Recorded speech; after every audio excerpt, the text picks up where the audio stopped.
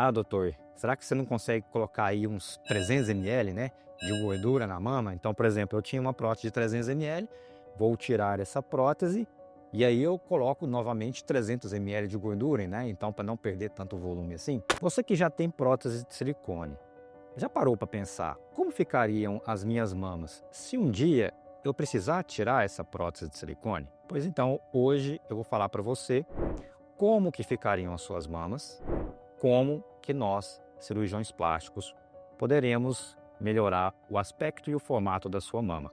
Então fique comigo até o final, que eu vou falar hoje sobre um tema muito importante que vem aparecendo demais nos nossos consultórios, que é o explante.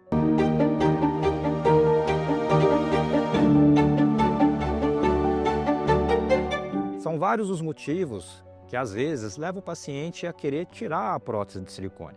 Assim como tem vários motivos de pacientes querendo colocar, tem muitas pacientes também que desejam tirá-las. Então, hoje é muito comum a paciente chegar até o consultório dizendo para mim: doutor, eu tenho prótese de silicone já há tantos anos, porém eu desejo agora retirá-las. Muitas vezes porque ela sente algum incômodo, tipo dores nas mamas, deformidade nelas, que é o que nós chamamos de, provavelmente, né, uma contratura capsular, ou então, muito provavelmente, você que também está assistindo o meu vídeo, já deve ter ouvido falar de duas entidades, que é a síndrome ásia e a tal da doença do silicone. Mas o que seriam essas entidades? Posso falar para vocês que todas as mesas que tem cirurgião plástico, nas jornadas de cirurgia plástica, nos congressos de cirurgia plástica, sempre nós estamos estudando sobre essa questão, se existe mesmo relação entre prótese de silicone e essas entidades aí relatadas. Porém, até hoje, ainda não tem nada cientificamente comprovada a relação entre alguns sinais e sintomas que as pacientes, então, atribuem à prótese de silicone e, por conta disso, elas desejam retirar. Mas a gente sabe que é o desejo, e vem sendo, na verdade, o desejo de muitas pacientes fazerem esse explante. Mas existe uma questão muito importante, que é exatamente a que eu coloquei no início do vídeo. Como vai ficar a minha mama quando eu tirar essa prótese? Com o passar dos anos, né, quem possui prótese de silicone, todo o tecido que está em volta da prótese, então o tecido mamário, tecido gorduroso, a musculatura, com o tempo, ela vai atrofiando, né? Então ela vai ficando cada vez mais fina. Todo o tecido mamário e ali em volta vai ficando mais fino e vai reduzindo o volume da mama dessa paciente. Então quando ela chega a um determinado momento que ela deseja fazer a retirada dessa prótese, muitas vezes praticamente o volume mamário dela é quase totalmente atribuída a essa prótese de silicone. Então, a retirada dessa prótese, o que vai acontecer? A mama da paciente praticamente vai, entre aspas, sumir. E isso é um desafio muito grande para nós, cirurgiões plásticos. Como eu vou devolver um formato, às vezes até um certo volume, para essa mama? Desafio muito grande esse. Quando a paciente, então, faz a retirada da prótese, né, faz o explante, então o que vai acontecer? Vai sobrar muita pele. Então, o que nós, cirurgiões plásticos, vamos precisar fazer? Tirar esse excesso de pele.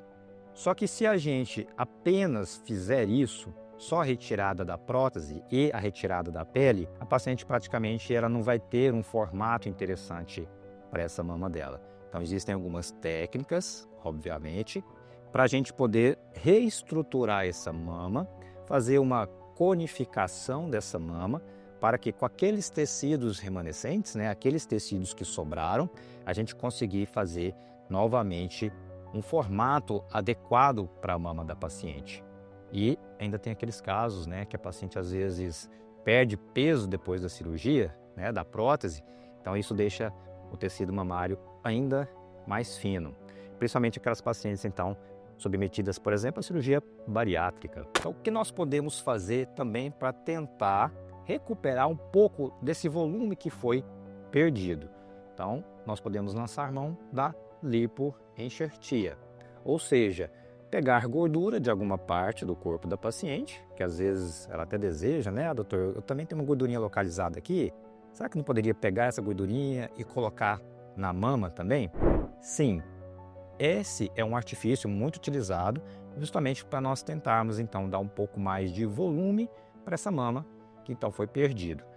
Detalhe, porém, obviamente, que a paciente também tem que estar muito ciente disso e que na nossa consulta eu deixo muito bem claro isso para ela, que esse formato que a prótese entregava antes, né? Então, de um colo mais alto, mais marcado, uma mão mais arredondada, infelizmente isso apenas a prótese consegue entregar. A lipoenxertia, ela não vai proporcionar esse colo alto, esse colo bem marcado e tudo mais. Aí, logicamente, envolve várias técnicas para tentar dar um pouquinho, sim, dessa demarcação. Porém, a gordura que nós enxertamos ali na mama e também no músculo da paciente, para a gente tentar devolver um pouco desse volume, desse formato para ela, também tem uma certa limitação. Ah, doutor, será que você não consegue colocar aí uns 300 ml, né, de gordura na mama? Então, por exemplo, eu tinha uma prótese de 300 ml, vou tirar essa prótese e aí eu coloco novamente 300 ml de gordura, né? Então, para não perder tanto volume assim. Infelizmente, essa matemática não dá muito certo, isso não é muito possível, porque os tecidos da mama, elas não comportam, né, tanta quantidade assim de gordura para a gente conseguir dar esse volume perdido por conta da prótese. E existem, conforme eu falei, técnicas também que a gente pode tentar fazer com que esse colo fique também um pouco mais alto, um pouco mais marcado. Porém, naturalidade é a palavra de lei. Então, a paciente que faz o explante, realiza a mastopexia, né, a retirada desse excesso de pele que ficou, faz a enxertia de gordura, o resultado fica natural. Ah, doutor, mas resultado natural é bonito? Com certeza, um resultado natural, ele é muito bonito. Os pacientes já me conhecem, eu prezo muito pela naturalidade dos resultados, justamente porque, batendo novamente na tecla, eu gosto muito de falar sobre isso. O resultado natural, ele é atemporal, nunca vai sair de moda, ao passo que resultados artificiais, vez ou outra, alguma coisa muda. Então, anos, né, década de 80, década de 90, colocava-se muita prótese pequena. Depois, década de 90, né, anos 2000, próteses cada vez maiores. E agora a tendência é justamente colocar próteses cada vez menores. Então vejam que muda, né? A moda muda para esses casos. Mas o natural, ele nunca vai sair de moda e vai entregar um resultado para o paciente muito duradouro.